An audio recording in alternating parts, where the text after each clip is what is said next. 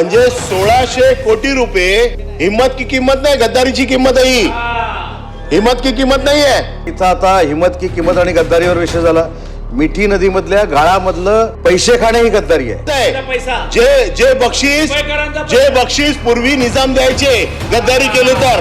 खिचडी खाणारे किती जेलमध्ये जाऊन आले हे तुम्हाला देखील माहिती आहे, मला देखील माहिती आहे. गद्दारी हा विषय आणायचा नव्हता. गद्दारीवर जर परिपाठ लिहायचा झाला तर मोठा आम्ही लिहू शकतो.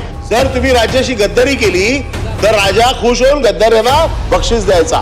तुम्ही असे शब्द जर आम्हाला सांगायला लागाल तर आमच्याकडे याच्यापेक्षा चांगले शब्द आहेत. मंत्री महोदय म्हणतायत आमच्या आणि त्यांच्यामध्ये वाद आहे. 14 पे कमिशन, 7 पे कमिशन याच्यावरनं वाद आहे आणि म्हणून आमचे फक्त 200 कोटी रुपयेच आम्ही त्यांना देणं लागतोय. परंतु ही अधिकृत माहिती आहे, शिक्षणाचे 7,000 कोटी बाकी आहेत. आता शिक्षणाचे 7,000 कोटी बाकी आहेत, याला 14 पे कमिशन आणि 7 पे कमिशनचा काय संबंध आहे? आपण जे आता वाचून दाखवलं, कोस्टल रोड, बाकीचं नद्यांचं पुनर्जीवन, मिठी नदीचं वेगळं पुनर्जीवन. मिठी नदीशिवाय मुंबईत अशा कुठल्या नद्या आहेत की ज्याचं पुनर्जीवन करताय आपण? मिठी नदी ही एक मोठी नदी आहे मुंबईमध्ये, त्याचे वेगळे पैसे दाखवलेले आहेत. मिठी नदीच्या व्यतिरिक्त अशा कुठल्या वेगळ्या नद्या आहेत की ज्यांचं पुनर्जीवनाचे पैसे आपण दाखवलेले आहेत? त्याच्यामुळे ही माहिती जी आपल्याकडनं आमच्याकडे येते, जी आता आपण पटलावरती आहे, या माहितीमध्ये मी असं म्हणणार नाही की ती असत्य आहे, पण या माहितीमध्ये विसंगती आहे. हे थोडा चांगल्या शब्दात हे मी सांगतोय. त्याचं कारण असं आहे की मी मुंबई महानगरपालिकेकडनं घेतलेली माहिती आहे. आता प्रश्न असा आहे की राज्य शासनाचे पैसे राज्य शासन देणं लागते. इथे एका बाजूला आपण म्हणताय की आम्हाला पैसे द्यायचेत नाही द्यायचेत, दुसरं आहे. दुसऱ्या बाजूला मुंबई महानगरपालिकेचं दायित्व काही लाख कोटीमध्ये गेलेलं आहे. म्हणजे मुंबई महानगरपालिकेला द्यायला आता पैसे नाही आहेत. तिसऱ्या बाजूला या गेल्या 3 वर्षामध्ये आमदार खासदारांना सत्ताधारी आमदार खासदारांना 1600 कोटी रुपये दिले. 1600 कोटी रुपये म्हणजे 1600 कोटी रुपये. हिम्मत की किंमत नाही, गद्दारीची किंमत आहे ही. हिम्मत की किंमत नाही आहे. ही किंमत कसली आहे? हे बक्षीस आहे. जे बक्षीस पूर्वी निजाम द्यायचे गद्दारी केले तर. ही बक्षीस ही कोणाला मिळायची? जर तुम्ही राज्याशी गद्दारी केली तर राजा खुश होऊन गद्दाऱ्यांना बक्षीस द्यायचा. तुम्ही असे शब्द जर आम्हाला सांगायला लागाल तर आमच्याकडे याच्यापेक्षा चांगले शब्द आहेत. आणि म्हणून माझं म्हणणं असं आहे की तुम्ही अशा प्रकारचे पैसे एका बाजूला खर्च करताय, दुसऱ्या बाजूला राज्य सरकार पैसे देणार. माझा स्पेसिफिक प्रश्न आहे की तुम्ही आम्हाला पैसे कधी देणार, त्याचा प्लॅन सांगा. त्याचे टाइम बाउंड कधी तुम्ही आम्हाला पैसे देणार ते सांगा.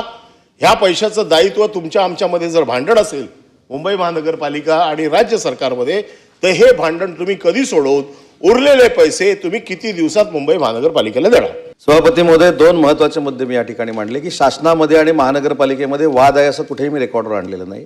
मी असं सांगितलं की प्राथमिक शिक्षणाचे 5,665 कोटी रुपये जे आहेत त्याच्यामध्ये प्राथमिक शिक्षण विभागानं असं सांगितलेलं आहे की आम्ही 4थ्या पे कमिशनप्रमाणे केलेलं आहे. त्याच्यावर मी पण असं सांगितलं की आयुक्तांना सांगून याच्यामध्ये तातडीनं निर्णय घेण्याचे आदेश दिले जातील. हा मुद्दा मी स्पष्ट केलेला आहे.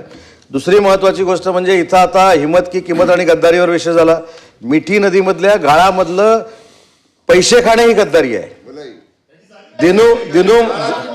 दिनू मोरियाच्या भावाला सँटनो मोरियाला टेंडर देणं ही गद्दारी आहे. जो नाईट बार चालवतो त्या केतन कदमला काम देणं ही गद्दारी आहे. याच्यावर मला बोलायचं नव्हतं. एखादी गोष्ट गद्दारी कशामध्ये आहे? लोकांनी दिलेल्या महसुलाच्या पैशामध्ये भ्रष्टाचार करणं ही गद्दारी आहे. करोनामध्ये खिचडीमध्ये भ्रष्टाचार करणं ही गद्दारी आहे. 400 ग्रॅमची खिचडी देतो म्हणून सांगून 250 ग्रॅमची खिचडी देणं ही गद्दारी आहे. त्याच्याबद्दल मला वैयक्तिक कोणावर टीका करायची नाही, पण माझी भूमिका अशी आहे, खिचडी खाणारे किती जेलमध्ये जाऊन आले हे तुम्हाला देखील माहिती आहे, मला देखील माहिती आहे. तर प्रमुखांवर बोलण्याची गरज नाही. मुद्दा असा आहे की आपल्याला मुंबईकरांना न्याय मिळवून द्यायचा आहे. आम्ही देखील आता 25-25 वर्ष सभागृहामध्ये आहोत. त्याच्यामुळं गद्दारी काय आहे? गद्दारी काय आहे? एका बरोबर मतं मागायची आणि दुसऱ्याबरोबर जाऊन बसायची, ही गद्दारी आहे. ही मतदारांबरोबरची गद्दारी आहे. त्याच्यामुळे गद्दारी हा विषय खरं इथे चर्चेला यायला नाही पाहिजे होता. जे काही लोक चेष्टा सचिन भाऊ हे बघा,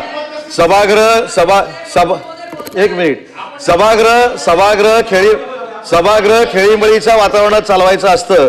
म्हणून जर मी हिंमत की किंमत म्हटली असेल तर एवढं झोंबायचं कोणालाही गरज नव्हती. गद्दारी हा विषय आणायचा नव्हता. गद्दारीवर जर परिपाठ लिहायचा झाला तर मोठा आम्ही लिहू शकतो. मुद्दा असा आहे की या संदर्भामध्ये मुंबईच्या संदर्भात अनिल परब साहेबांनी मांडलेली भूमिका आहे मी नाकारतच नाही. की जर प्राथमिक विभाग सांगत असेल की 200 कोटी रुपये आणि आम्ही सांगत असू 5,665 कोटी रुपये, तर महानगरपालिकेची असलेली थकबाकी प्राथमिक शिक्षक विभागानं दिली पाहिजे, हीच त्याच्या मागची भूमिका आहे. त्याच्यामध्ये दुसरं काही असू शकत नाही. त्याच्यामुळं माझं म्हणणं एवढंच आहे की ही मुंबईच्या हिताची लक्षवेधी आहे.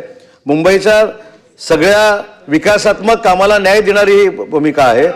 आणि म्हणून मला असं वाटतं की आपण आता मिठी नदीवरचा विषय काढला की मिठी नदीला 2,350 कोटी रुपये का दिले.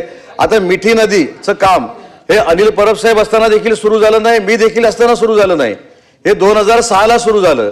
2012ला ते महानगरपालिकेने ट्रान्सफर केलं आणि ट्रकमध्ये ट्रॅक्टरमध्ये गाळ नसताना सुद्धा गाळ दाखवला गेला. हा काय उदय सामंत दाखवला का?